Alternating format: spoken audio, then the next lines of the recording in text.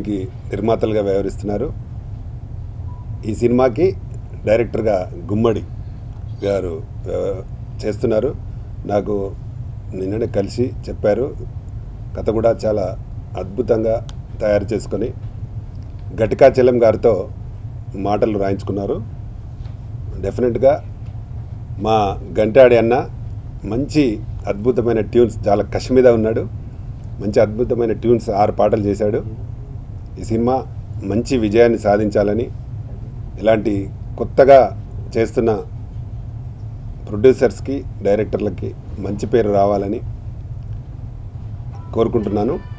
ఈ సినిమాలో మా అలీఖాన్ గారు కూడా ఒక మంచి, గతంలో మా జోడీ నెంబర్ 1 సినిమాలో మంచి మెయిన్ విలన్ వేశారు. ఆయన కూడా ఇందులో ఒక మంచి క్యారెక్టర్. సాయి తేజు, సాయి జీతు పతాకం మీద ప్రారంభించబోతున్నా ప్రేమనగా నువ్వు నేనే. అది ఒక కన్ఫర్మేషన్ ఇస్తున్నారు వాళ్ళు. ప్రేమ అంటే వేరెవరు కాదు, నువ్వు నేనే అనే కన్ఫర్మేషన్తో వస్తున్న సినిమా. కథనాలు కూడా అంత కన్ఫర్మ్గా ఉన్నాయండి దీంట్లో. అంటే ఒక లవ్ స్టోరీ, ఒక యాక్షన్ ఓరియంటెడ్ లవ్ స్టోరీ. అంటే జనరల్గా చాలా పెద్ద హీరోలతోటే ఈ action oriented love story stuff plan చేస్తారు. అనుకోకుండా ఈ సినిమాలో మంచి యాక్షన్తో కూడి మంచి లవ్ స్టోరీని సమకూర్చుకోవడం జరిగింది డైరెక్టర్ శ్రీగుమ్మడి. మంచి కథనాలతో మీనింగ్ఫుల్ సాంగ్స్. అంటే ఏదో అంటే ఇప్పుడు జనరల్గా ఈ టైం డ్యూరేషన్లో వస్తున్నాయి పాటలు. అంటే ఒక 15-20 మినిట్స్ అయితే ఒక సాంగ్ పెట్టాలి అనే డ్యూరేషన్లో కాకుండా అంతర్లీనంగా కథకు ముడిపడి మీనింగ్ఫుల్గా ఉండి ఒక పర్పస్ ఓరియంటెడ్లో ఉండి సాంగ్స్ డెఫినెట్గా అందరినీ అలరించే విధంగా ఆల్మోస్ట్ ఆడియో వరకు ఫినిష్ అయిందండి. ఆడియో పూర్తి చేయడం అంటే అంత పకడ్బందీగా ఉన్నాడు ఆయన. కథ, మాటలు, పాటలు అన్నీ పర్ఫెక్ట్గా చేసుకొని మీట్కు పిలవగానే వచ్చిన మీడియా వారందరికీ కూడా ధన్యవాదాలు. నేను గత 2 సంవత్సరాలుగా ఒక పిక్చర్ చేయాలని ఒక ప్లానింగ్లో ఈ సబ్జెక్టు తయారు చేసుకుంటూ అక్కడక్కడ మనకు తెలిసిన వాళ్ళని ప్రొడ్యూసర్ల కోసం, నిర్మాతల కోసం వెతుకుతున్న టైంలో నాకు మన బోళ్ళ సారు సోమిరెడ్డి గారు నాకు పరిచయం అయ్యారు. ఆయన గారు ఒకసారి సబ్జెక్టు వినిపించమని చెప్పేసి అడిగారు. చెప్పాను, చాలా బాగుందన్నారు. ఈ సినిమా కాగానే నేను చేస్తాను అని చెప్పేసి 2 సంవత్సరాల క్రితమే నేను ఇక్కడికి రాగలిగాను. ఆయన గారు నన్ను ప్రోత్సహించి సరే ఇప్పటి వరకు కూడాను ఆ కథను బెటర్మెంట్ ఇవి చేసుకోవడంలోనే టచ్లో ఉంటూ ఆ సబ్జెక్టు వింటూ నన్ను మరింత ప్రోత్సహించారు. కాకపోతే ఆయన గారు ఒక సినిమా చేశారు కాబట్టి కొంచెం గ్యాప్ తీసుకున్న దాని లోపల ఇంకొంచెం వేరే వాళ్ళని కలుద్దామని చెప్పేసి అనుకున్న టైంలో నాకు ఈ ముందు పాటలు చేయించుకుందామని చెప్పేసి కూడా అనుకున్న టైంలో మన గంటాడి కృష్ణ గారు నాకు బాగా పరిచయం అయ్యారు. అదే 2 years బ్యాకే.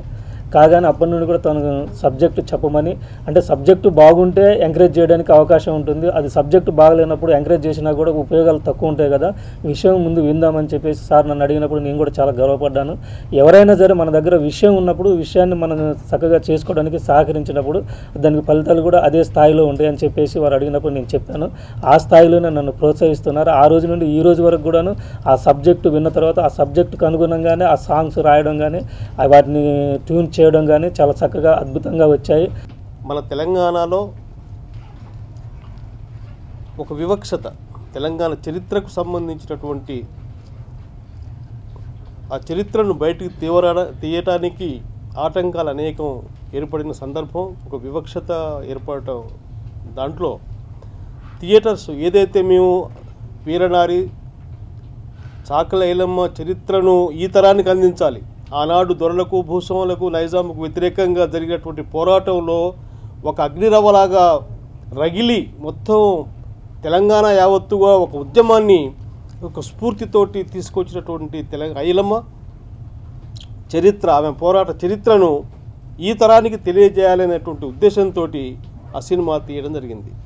కానీ ఈ వివక్షతలో ఆ చరిత్రను ప్రజల దాకా పోకుండా థియేటర్స్ దొరకలే. దానికోసం చాలా ప్రయత్నం చేశాం. అందుకు అయితే ఆ చరిత్ర ప్రజల్లోకి వెళ్ళాల్సి ఉండే, వెళ్ళలేదు.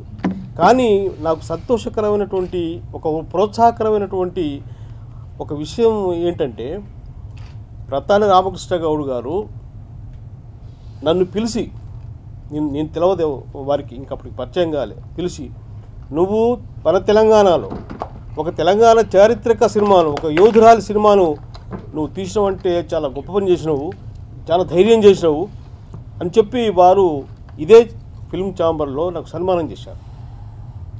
అది నాకు ఎంత ఉత్సాహాన్ని కలిగించిందంటే, సరే డబ్బులు రాకున్నా ఏం లేదు, సినిమా ప్రజల్లోకి పోకున్నా కూడా ఒక నా వెనకాల నేను తీసినటువంటి దానికి గుర్తింపు తేవడానికి రామకృష్ణ గౌడ్ గారు చేసినటువంటి ప్రయత్నం నన్ను చాలా విచలితం చేసింది, చాలా ఉత్సాహపరిచింది, చాలా ధైర్యాన్ని ఇచ్చింది.